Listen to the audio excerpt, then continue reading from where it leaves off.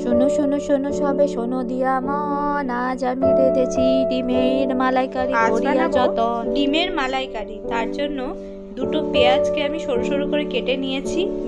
2 inch মতন আদা, 10টা মতন রসুন কোয়া, 7টা মতন লঙ্কা এবং একটা টমেটো। সবকে একটা মিক্সিতে ফাইন পেস্ট বানিয়ে নেব পরিমাণ মতো নুন দিয়ে। মশলাটা আমি ভালো করে পিষে নিয়েছি। ডিমগুলোকে পরিমাণ মতো জল দিয়ে আমি সেদ্ধ করে নিয়েছি, দিয়ে ডিমের খোলাটাও ছাড়িয়ে রেখেছি। কড়াইয়ে 3 তলা মতন সর্ষের তেল দিয়ে নিয়েছি। ডিমগুলোকে এবারে ভেজে নেব। খুন্তির সামনেটা দিয়ে ডিমের গাটা এরকমভাবে এজে দিচ্ছি যাতে ভিতরের ডিমের মশলাটা আর নুন ঢোকে। সব ডিমগুলোকে এরকমভাবে এজে দিয়ে ভেজে নেব।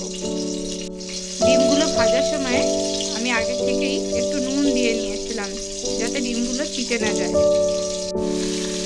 ডিমগুলো ভাজার সময় গাটা এজে দিলে ডিমগুলো ফটফট করে ফাটবে না, তাই জন্য অবশ্যই ডিম ভাজার সময় গাটা এরকম সরু সরু করে চিড়ে নেবেন। কড়া আছে, ডিমগুলোকে আমি ভেজে নিচ্ছি। ডিমগুলো ভালোভাবে ভেজে নিয়ে আমি উঠিয়ে নিচ্ছি। ডিমগুলো আমি ভেজে উঠিয়ে নিয়েছি। রেখে রাখা মশলাটাও আমি দিয়ে নিয়েছি। আমি 1 টিস্পুন মতন কাশ্মীরি লঙ্কা গুঁড়ো দিয়ে নিয়েছি। সব কিছুকে ভালোভাবে মিশিয়ে নেব।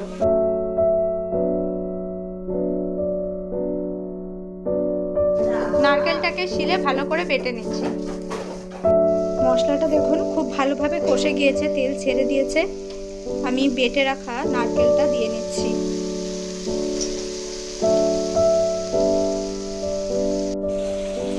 নারকেলটাকে মশলাটার সাথে ভালোভাবে মিশিয়ে নিচ্ছি।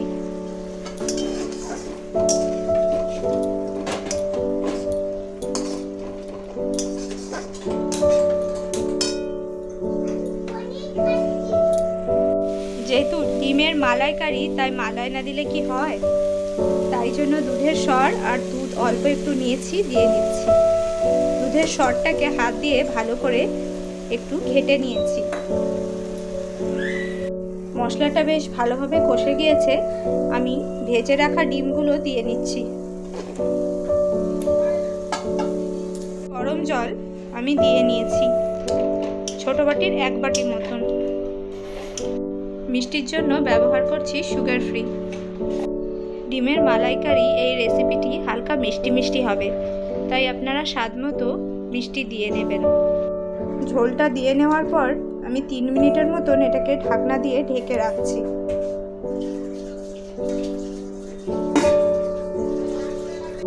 তিন মিনিট পরে ঢাকনাটা উঠিয়ে দেখছি এরকম হয়েছে, দেখুন। নামাবার আগে আমি শাহি গরম মশলা ছড়িয়ে নিয়ে নামিয়ে নিচ্ছি।